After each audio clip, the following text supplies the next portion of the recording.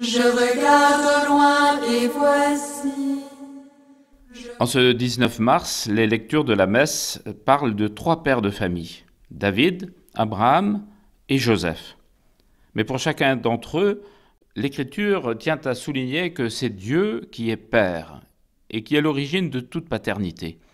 À David, il est annoncé un fils, le futur Salomon, mais c'est Dieu qui est le Père. Je serai pour lui un père et lui sera pour moi un fils.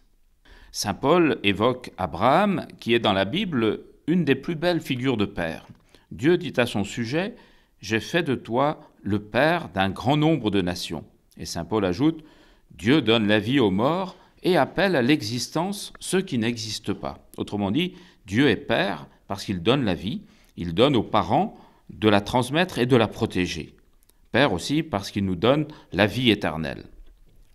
Ces deux figures de père nous sont proposées évidemment pour évoquer celui qui est leur descendant à tous deux, Saint Joseph, que nous fêtons aujourd'hui. Joseph sera pour Jésus un vrai père. Et pourtant c'est Dieu qui est son père, puisque l'enfant qui est engendré en Marie vient de l'Esprit Saint. En cette période si particulière que vous vivez, où beaucoup de familles sont confinées dans leur maison, devant occuper ensemble et pour longtemps des journées entières, je pense bien à vous, chers paroissiens, et tout particulièrement aujourd'hui à vous, chers amis, pères de famille.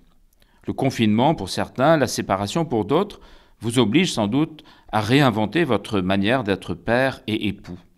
En célébrant Saint Joseph aujourd'hui, je vous invite à rendre grâce à Dieu comme à celui qui vous a appelé à la vocation de père.